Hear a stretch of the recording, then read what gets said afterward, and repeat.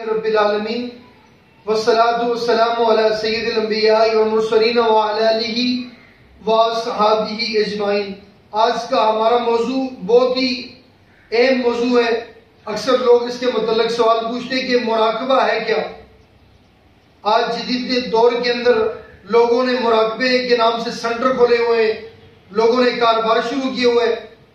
مراقبہ اصل میں ہے یہ کہ انسان اپنی ساری توجہ سب چیزوں سے توجہ ہٹا کر صرف ایک جانب اپنی ساری توجہ کر لے، یعنی انسان اپنے ذاتی سارے خیالات، ساری سوچیں، سب کچھ مٹانے کے بعد صرف ایک طرف توجہ کرے، یعنی وہ اکیلے بیٹھ کر، تنہا بیٹھ کر اپنے ذہن کو فرض کر کے صرف ایک رب العالمین کی جانب وہ اپنی توجہ کرے کہ میں نے آخر مرنا ہے، اللہ کے حضور میں نے پیش ہونا ہے، میں نے اس دنیا سے چلے جانا ہے۔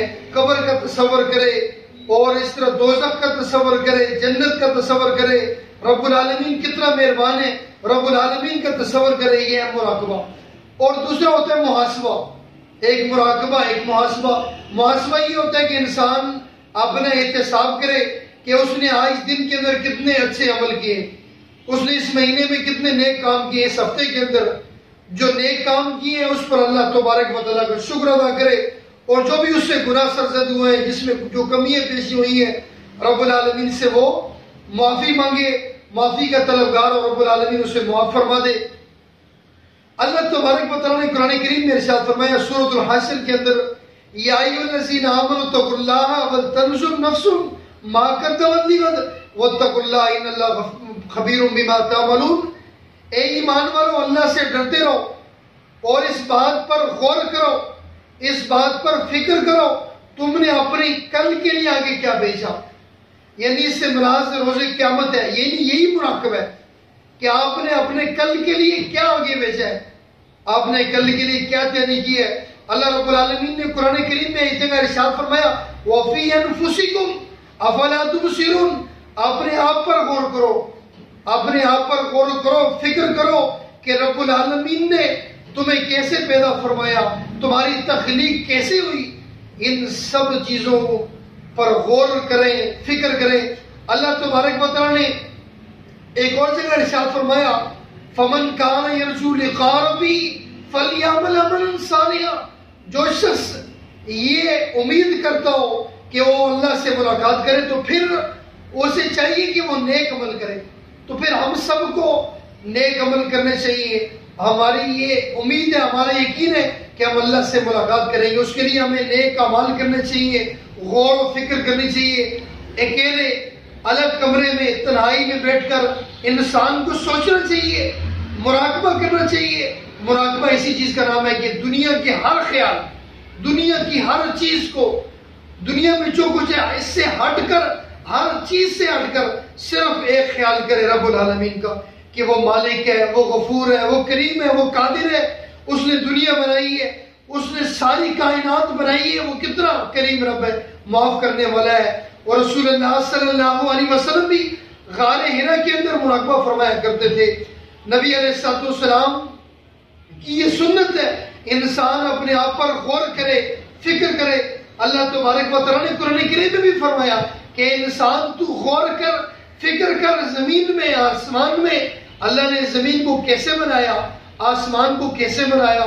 المختصر مراقبہ یہ ہے کہ انسان اپنی ساری سوچ کو ایک جانب کرے، رب العالمین کی جانب کرے، اور باقی ساری عبادات چونکہ فرشتے لکھ لیتے ہیں، انسانوں کا علم ہوتا ہے، انسان نے نماز پڑھی فرشتے لکھ لیتے ہیں، اس نے یہ کام کیا، فرشتوں کو اس بات کا علم ہوتا ہے۔